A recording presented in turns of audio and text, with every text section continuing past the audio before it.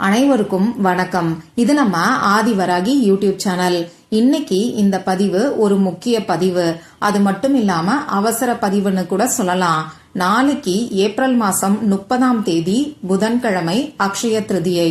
இப்படிப்பட்ட சிறப்பு வாய்ந்த நாள்ல காலையில வெறும் வயிற்றுல இப்ப நான் சொல்ல போற வார்த்தைய மட்டும் நீங்க சொன்னாலே போதும், பரம ஏழைக்கும் குபேரன் ஆகக்கூடிய வாய்ப்பு நிச்சயமா ஏற்படும். வாங்க அது என்ன வார்த்தைன்னு இப்ப நாம தெரிஞ்சுக்கலாம். இது வரைக்கும் நம்ம சேனலை சப்ஸ்கிரைப் பண்ணாம பாத்துட்டு இருக்கீங்கன்னா மறக்காம சப்ஸ்கிரைப் பண்ணிக்கோங்க. பக்கத்துல இருக்கக்கூடிய பெல் ஐக்கானையும் பிரஸ் பண்ணிக்கிட்டீங்கன்னா அடுத்தடுத்து நான் போடக்கூடிய சிறப்பான பதிவுகளை நீங்க மிஸ் பண்ணாம தெரிஞ்சுக்க முடியும். நாளைக்கு நமக்கு புதன்கிழமை. இது பொன்னையும் பொருளையும் அள்ளி தரக்கூடிய அற்புதமான நாள். மகாவிஷ்ணுவோட வழிபாட்டுக்கு உகந்த நாள். இந்த நாள்ல வரக்கூடிய அக்ஷய திருதியை, அதாவது மகாலட்சுமி தாயாரோட வழிபாட்டுக்கு உகந்த அக்ஷய திருதியை வர்றது கூடுதல் சிறப்பு. ரொம்பவுமே விசேஷமான ஒரு அமைப்புன்னே சொல்லலாம். அடுத்ததா நாளைய நாள்ல கிருஷ்ண பகவானுக்கு உகந்த ரோகிணி நட்சத்திரமும் இருக்கு.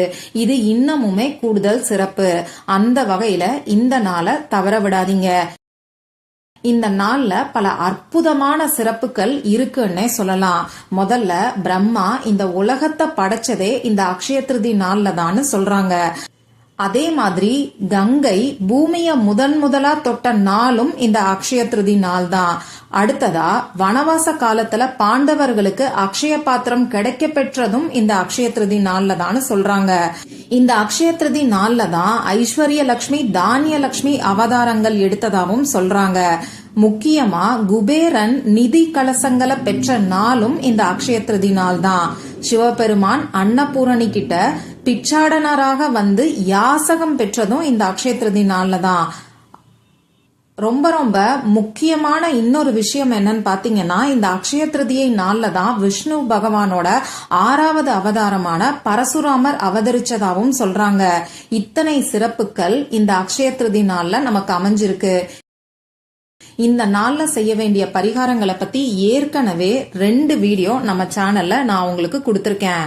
நாளைக்கு அக்ஷய திருதியை இருக்கக்கூடிய நாள்ல காலையில 9 மணில இருந்து 10 மணிக்குள்ள இந்த இலைய மட்டும் நீங்க பர்ஸ்ல வச்சாலே போதும், உங்க பர்ஸ்ல பணம் நிரம்பி வழியும்னு சொல்லி ஒரு அதிசக்தி வாய்ந்த பரிகாரத்தை பத்தி முதல் வீடியோல நான் உங்களுக்கு சொல்லியிருக்கேன்.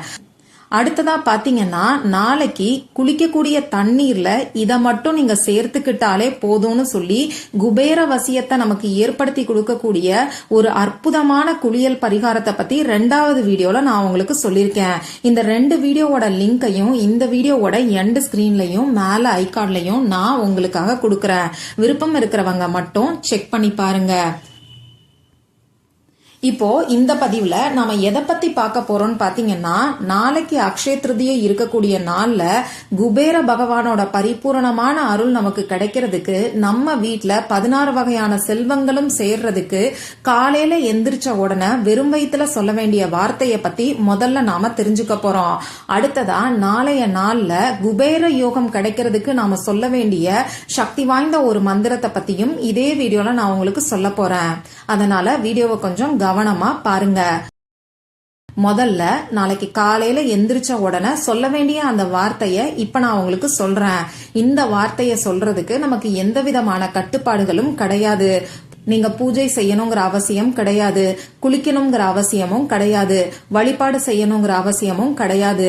அதே மாதிரி நாளைக்கு காலையில எந்திரிச்ச உடனேயே வெறும் வயிற்றுல நீங்க தூங்கக்கூடிய இடத்துல உட்கார்ந்துகிட்டு இந்த வார்த்தைய நீங்க சொல்லும் போது உடனடியா நல்ல பலன் உங்களுக்கு நிச்சயமா கிடைக்கும். ஆண்கள் பெண்கள் யார் வேணாலும் இந்த வார்த்தைய சொல்லலாம். பிறப்பு தீட்டு இறப்பு தீட்டு இருக்கிறவங்களும் தாராளமா சொல்லலாம். பெண்களுக்கு பீரியட்ஸ் டைமா இருந்தாலும் இந்த வார்த்தைய சொல்லலாம். நாளைய நாள்ல உங்க வீட்டுல இருந்தாலும் சரி, அதே மாதிரி உங்க சொந்தக்காரங்க வீட்டுல இருந்தாலும் சரி, இந்த வார்த்தைய சொல்லலாம். நான் முன்னாடியே சொன்ன மாதிரி எந்த விதமான கட்டுப்பாடுகளும் நமக்கு கிடையாது. இன்னைக்கு நைட்டு நீங்க அசைவம் சாப்பிட்டு இருந்தாலும் நாளைக்கு காலையில எந்திரிச்சு இந்த வார்த்தைய சொல்லலாம். நாளைக்கு காலையில எந்திரிச்சு நீங்க சொல்ல வேண்டிய அந்த வார்த்தை என்னன்னு இப்ப நான் உங்களுக்கு சொல்றேன். நாளைக்கு காலையில எந்திரிச்சு நீங்க தூங்கக்கூடிய இடத்துல கண்ணு முழிக்கிறதுக்கு முன்னாடி உட்கார்ந்துக்கோங்க. அதாவது உங்க கண்ணை திறக்கிறதுக்கு முன்னாடியே நீங்க தூங்கக்கூடிய இடத்துல எந்திரிச்சு உட்கார்ந்துக்கோங்க. உங்களால முடியும்னா வடக்கு திசையை பார்த்து நார்த் டைரக்ஷனை ஃபேஸ் பண்ணி நீங்க திரும்பி உட்கார்ந்துக்கோங்க. கண்ணை திறக்காதீங்க. இப்போ உங்க 2 கையையும் நல்ல சூடு வர்ற மாதிரி பரபரன்னு தேய்ச்சு இந்த சூட உங்க முகத்துல நீங்க ஒத்தி எடுங்க. அடுத்ததா உங்க 2 உள்ளங்கையையும் வானத்தை பார்த்த மாதிரி ஒன்னா சேர்த்து வச்சுக்கோங்க. இப்போ உங்க 2 உள்ளங்கையையும் பார்த்து உங்க கண்ணை தரங்க. இந்த மாதிரி உள்ளங்கைய பார்க்கும்போது உங்க உள்ளங்கையில மகாலட்சுமி தாயார் பச்சை நிற பட்டு உடுத்தி உங்க கைகள்ல தாமரை பூவுக்கு மேல உட்கார்ந்து இருக்கிற மாதிரியான கோலத்தை உங்க மனசுக்குள்ள கற்பனை பண்ணி பார்த்துக்கிட்டே நீங்க உங்க கண்ணை திறந்து பாருங்க. உங்க 2 கைக்கு நடுவுலையும் மகாலட்சுமி தாயார் இருக்கிற மாதிரி கற்பனை பண்ணி பாருங்க. இப்படி கற்பனை பண்ணி பார்க்கும்போது இப்ப நான் சொல்ற வார்த்தைய நீங்க சொல்லுங்க. அக்ஷயம் ஐஸ்வர்யம் பெருகட்டும். இன்னொரு முறை சொல்லி காமிக்கிறேன். அக்ஷயம் ஐஸ்வர்யம் பெருகட்டும். இந்த அக்ஷயம்ங்கிற வார்த்தைக்கு அல்ல அல்லங்கிற அர்த்தம் வரும். அதாவது என்னைக்குமே குறைவில்லாத அப்படிங்கிற அர்த்தம் வரும். அந்த வகையில அக்ஷய திருதி இருக்கக்கூடிய நாள்ல இந்த அக்ஷயம்ங்கிற வார்த்தைய காலையில எந்திரிச்ச உடனே முதல் வார்த்தையா நீங்க சொல்லும் போது உங்க வீட்டுல அல்ல அல்ல குறையாத செல்வம் என்னைக்குமே சேர்ந்துகிட்டு இருக்கும். இந்த வார்த்தைய 3 முறை சொல்லிட்டு எப்பயும் போல நீங்க உங்க வேலைய பார்க்கலாம். அடுத்ததா நாளைய நாள்ல குபேர பகவானோட பரிபூரணமான அருள் நமக்கு கிடைக்கிறதுக்கு நாம சொல்ல வேண்டிய சக்தி வாய்ந்த மந்திரம் என்னன்னு இப்ப நான் உங்களுக்கு சொல்றேன். இந்த மந்திரத்தை பொறுத்தளவுக்கு சுத்தமா இருக்கிறவங்க மட்டும்தான் சொல்லணும். ஆண்கள் பெண்கள் யார் வேணாலும் சொல்லலாம். பிறப்பு தீட்டு இறப்பு தீட்டு இருக்கிறவங்க சொல்லக்கூடாது. பெண்களுக்கு பீரியட்ஸ் டைமா இருந்தா சொல்ல வேண்டாம். இந்த நாள்ல நீங்க அசைவம் சாப்பிட்டு இருந்தா இந்த மந்திரத்தை சொல்ல வேண்டாம். அதே மாதிரி இந்த மந்திரத்தை பொறுத்தளவுக்கு நீங்க உங்க வீட்டுல இருந்துதான் சொல்லணும். முன்னாடி நான் சொன்ன அந்த வார்த்தை, அதாவது வெறும் வயிற்றுல சொல்ல வேண்டிய அந்த வார்த்தைய நீங்க சொல்லி இருந்தாலும் இந்த மந்திரத்தை தாராளமா சொல்லலாம். இந்த மந்திரத்தை நாளைக்கு எந்த நேரத்துல சொல்லணும்னு பாத்தீங்கன்னா நாளைக்கு காலை நேரத்துல சொல்றது நல்லது.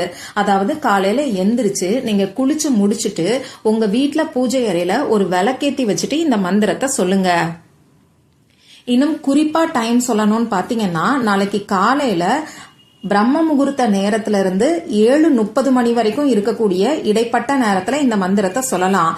அப்படி இல்லைன்னா நாளைக்கு காலையில 9 மணில இருந்து 11 மணி வரைக்கும் இருக்கக்கூடிய இடைப்பட்ட நேரத்திலையும் இந்த மந்திரத்தை நீங்க சொல்லலாம்.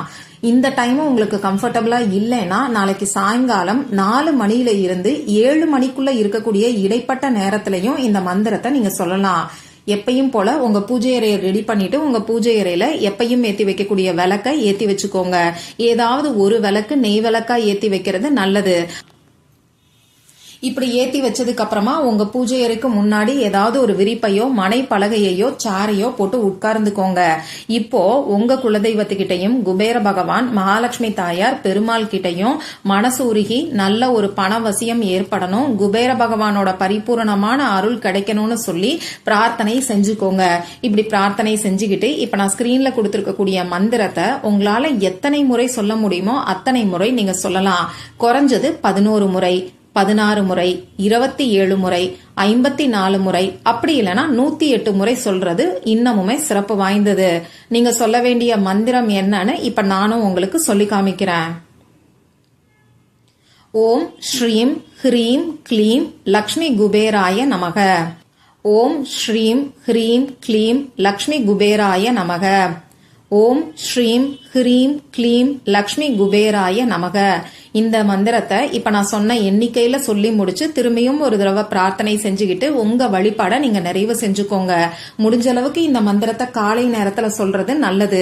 அதே மாதிரி மல்லிகை பூவால மகாலட்சுமி தாயாரோட திருவுருவ படத்துக்கும் குபேர பகவானோட திருவுருவ படத்துக்கும் அலங்காரம் செஞ்சுட்டு இந்த மந்திரத்தை சொல்றது இன்னமுமே சிறப்பு வாய்ந்தது. உங்களால முடிஞ்ச ஏதாவது ஒரு நெய்வேத்தியத்தை வச்சுட்டு இந்த மந்திரத்தை சொல்லுங்க. நாளைய நாள்ல இந்த மந்திரத்தை சொல்றவங்களுக்கு நிச்சயமா குபேர யோகம் ஏற்படும். ட்ரை பண்ணி பாருங்க. மற்றும் ஒரு பயனுள்ள பதிவுல நாம சந்திக்கலாம். நன்றி.